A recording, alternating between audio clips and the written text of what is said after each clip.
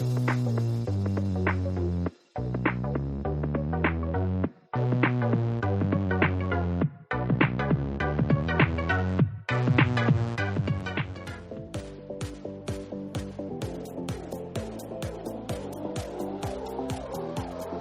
welcome everyone to another episode of Love Island Cast USA. I am Chris Phelps and my co-host is Mr. Dave Horrocks. Hey there, Chris. Great to speak to you again. And I can't wait to get my teeth into this one because things are getting a bit complicated in there now, aren't they? They are, Dave, and just how we like it. There isn't a love triangle. There's now a square, Dave. It's absolutely great TV. Wherever you turn, somebody's making a play for someone else. But at the centre of it all, pretty much, is Kyra and Weston, to be honest.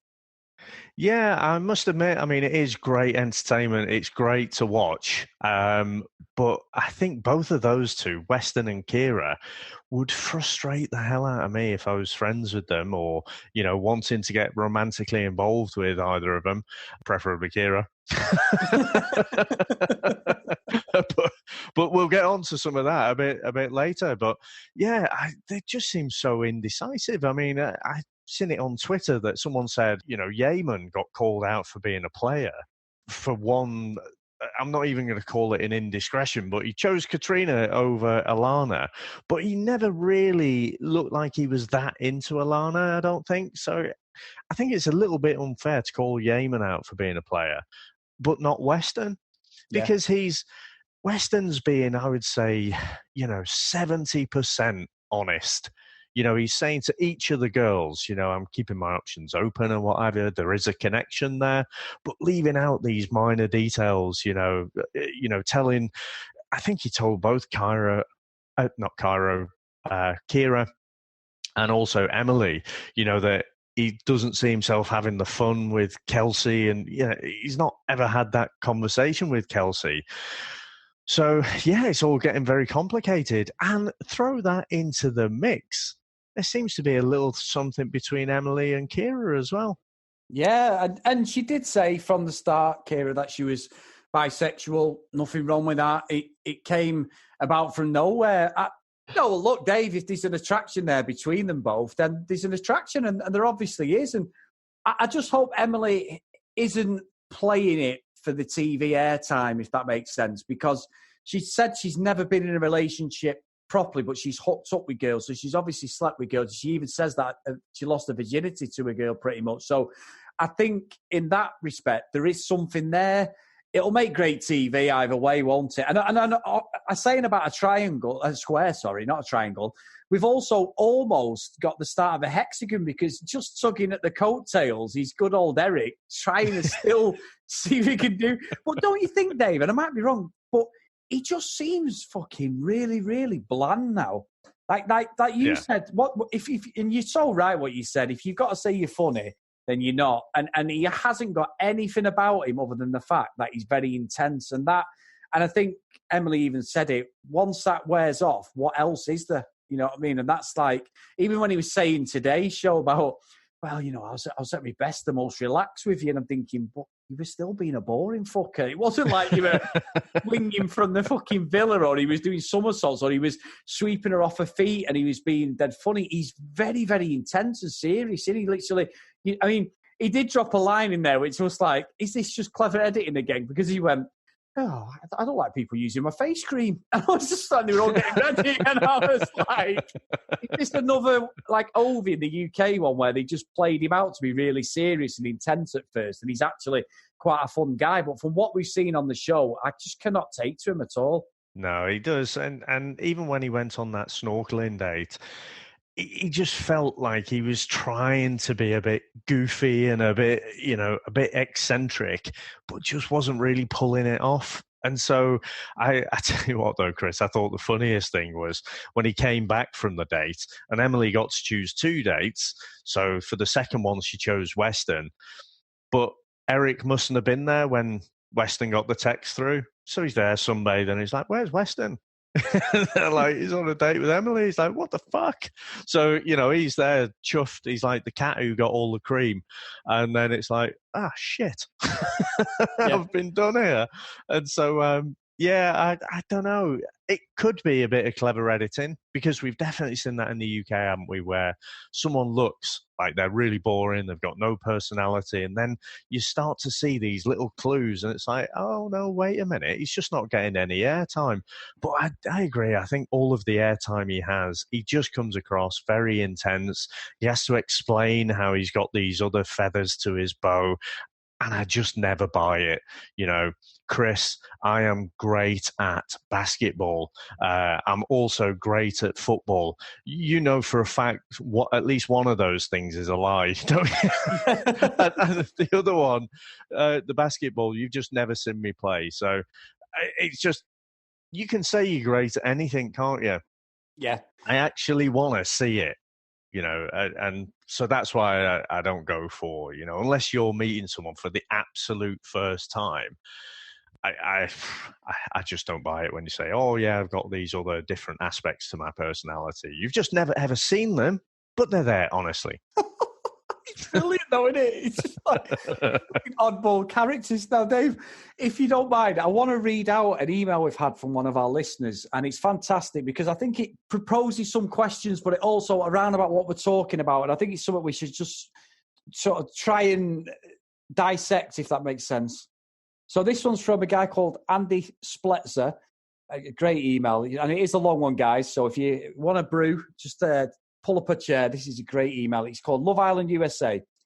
My wife and I have been enjoying your recaps of the USA and UK editions to the point where we no longer listen to the official UK podcast. Well, thank you, Andy. That's brilliant. No, on our delayed Hulu schedule, we just saw the big Curtis Amy blow up. So they're not that far. They're probably a couple of weeks behind us. Sorry about the length of this email. Please don't apologise, Andy. It's great. But we can't get any friends to watch the US version, and I had to share with someone. About Eric, he's actually a robot. At first, I thought he was a liquid metal T2 sent from the future, but now I think he's a prototype of a Westworld host and human emotions. Either way, the Islanders are in danger, so not far from myself, Dave. Here's an actual quote where he describes what the connection between two people is all about. A connection is a bunch of loose wires going into a plug. Need I say more? That's brilliant, Andy. Brilliant. More observations. My wife and I are both glad future cult leader Cashel is gone. All that female attention is making Weston an arsehole or showing his true colours. Dylan is that stereotypical pretty but dumb guy from an 80s frat comedy. It's unfair that they didn't make two guys kiss in the challenge, but even bringing up that idea would probably have caused Yeman to swim off the island for good. Final thoughts. At first, I thought their biggest problem was their casting, and they do have huge casting issues. Why else do they have to keep shipping in contestants to up the drama?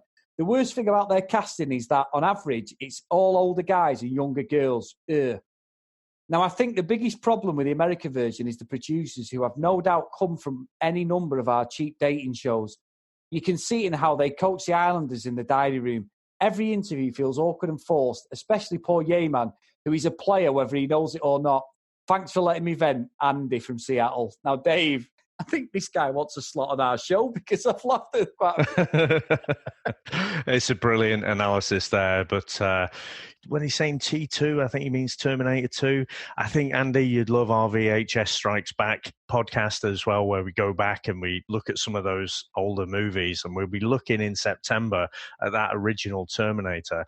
But I do believe, Chris, it is the T-1000, isn't it? The old liquid metal geezer. Yeah, the T-800s, aren't they? I know that one. But Andy's email, Dave, absolutely it's brilliant. Absolutely top, isn't it? So, yeah, completely agree. He's nailed Eric there. I think because we haven't been through the US school system, and the only exposure I have to it is through the movies, you know, where you see all the different kind of cliques and the different groups and whatever. So I haven't really got that feel that Dylan's the dumb guy as such. He seems okay to me, but I can definitely, if I try and place him in one of those groups that I've seen on, like, I don't know, American Pie or something like that, then absolutely he does fit into that group for sure. Yeah, he does. And I think as well, obviously, me and you, Dave, and you've been to America far more than me, but I've been quite a few times. I love America. I absolutely love it. If I could, I would live in Vegas, or I'd live in, especially Vegas, actually. I'd have no money, but I'd love to live in Vegas. You'd have to, what would you actually do? Because you can't gamble all the time. You'd have to work the tables or something. Well, I'm hoping to resurrect my music career, Dave. I could be like just an Oasis or an indie tribute band. I could probably just about get away with that with my crappy voice.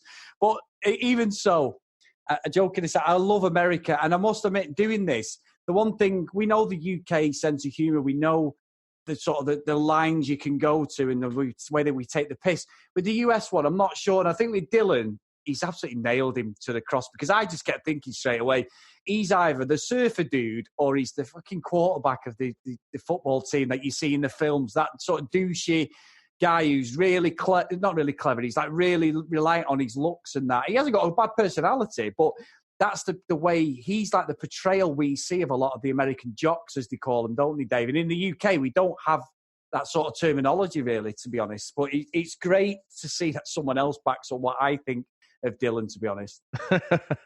I mean, I think, again, I'm going to fight Dylan's corner a little bit here, because generally, all right, so the douchey jock, I generally don't know if that exists. And maybe our listeners will definitely know a lot better. But generally, from what I understand, they're kind of okay guys as well. They're stand-up blokes. Just because they're really good at sports and everything doesn't mean they're a complete arsehole. In most of certainly the 80s movies we watched, they were arseholes as well, weren't we? You know, thinking of Revenge of the Geeks, for example. Oh, no, sorry. No, not Revenge of the Geeks. Revenge of the Nerds. What am I talking about?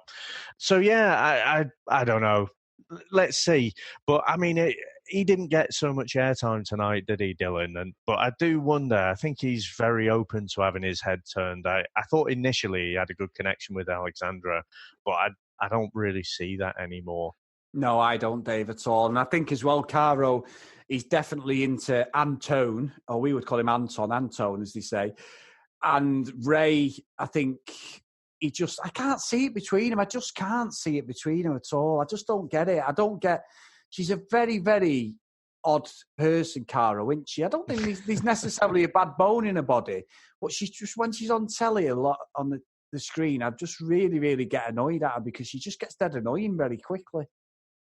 Yeah, she is a bit annoying, isn't she, to be fair? But again, that could be us, Chris, in our understated British way, you know, wanting to associate her with people that we know. And I don't really know anyone too much like that. I've known people like that in the past, but she's just a bit of an odd one, isn't she? I could see that her and Ray could have a connection, but, you know, she just gets it wrong, I think. You know, so she'd said, actually, she doesn't want this guy to show, she doesn't want Anton to show interest in her, because she just kind of wants to concentrate on Ray. And I thought, yeah, okay, I can get behind that. I can see that. So concentrate on Ray then. And then the next one, Anton gets a text. It's like, Kyra, do you want to go on a date? She's like, yeah. she's well off there. And like, Ray, understandably, is a bit annoyed by it. So I don't know about you, Chris, but when I'm like that, it's just like, look, just leave me to deal with it. But she's like sticking her tongue out in a nice, playful way, and it's like, and I'm just like, if that was me, I'd just be like, oh, fuck off. Yeah. Yeah, just let me grieve in peace. You know, if you want to be left alone, then it's quite an easy thing, you know, to be left alone. You just don't reciprocate. So again, we've seen it with Kyro, haven't we? Yeah. That she just does seem to flirt with everyone.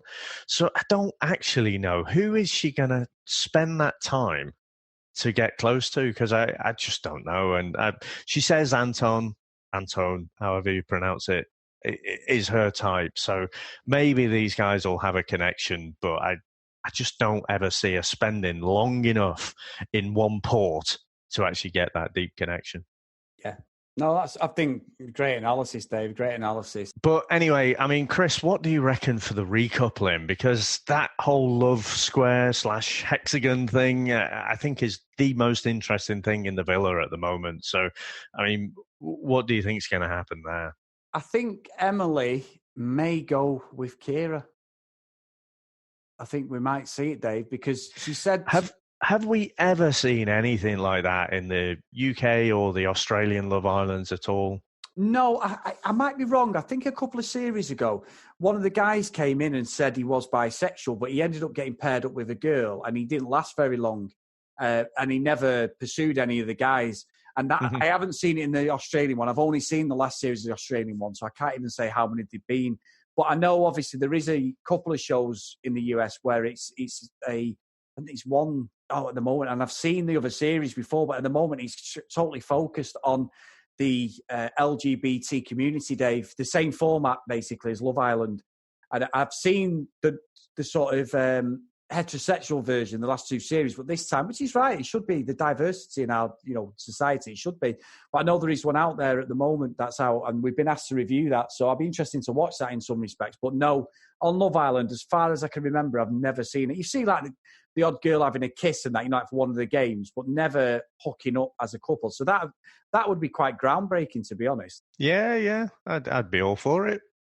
But I have to say, without that complication, because I think that will happen, because we see in tomorrow night's preview, don't we, that Elizabeth's saying, well, I didn't see that one coming. That's the only thing that I can think would really prompt that reaction. Yeah. So, yeah, I think fair enough. But what that'll be left with, potentially, is Kelsea choosing Weston. But tonight, I think she really showed that she's kind of leaving herself out of the equation a bit. She's giving Weston enough time. And I must admit, Chris, I was thinking to myself, don't be so bloody diplomatic. Just fucking go for what you want to go for. It seemed to me that she was being super diplomatic. And a lot of what she's saying, she's not wrong, but she's being too sensitive there. And I think she should just lay it a bit. If she really wants Weston, and I think she does, you don't see her sort of talking to the other guys and keeping her options open there. So I think she should just go for it, to be honest. Yeah. No, I agree. I do agree. I think she come out of it really nice. She come across really respectful. He probably didn't deserve the respect, what she did, but I thought she come across as a really nice girl, to be honest, Dave. So I do hope she gets or finds somebody, because I don't think Weston's the one for her. Right, so if you do want to get in contact with the show, guys, on Twitter, at Love Island Cast. If you want to email the show, the loveislandcast@gmail.com. I want to thank everyone, as always, for getting involved with the show. Great email by Andy. If you do feel like what Andy has said, or if you feel differently, please send in your emails, because we love reading them out and talking about them. And it just shows that we're actually doing something that people are enjoying. So thank you so much, guys. And also, big thanks again to everyone who listened to our UK Love Island show. It was a great ride, and thanks to everyone who supported us. And if you are listening to this, we've got a few people listening to the show who don't actually watch the US version. There is ways of finding it online. If not, it will be available later on this year on, I think it's ITV at some point. So thank you very much. Now, Dave, over to you. What have you got for us, please, mate? Well, I have to say, Chris, it will make me chuckle quite a bit if Kyra and Emily couple up, because at the minute, Weston feels like he's the man. And honestly, I look at that hairline and I think, mate, you've got about 10 years left of that hair and then it's going to disappear, so make the most of it. But right now, he's probably thinking to himself, I'm 60 and I know it.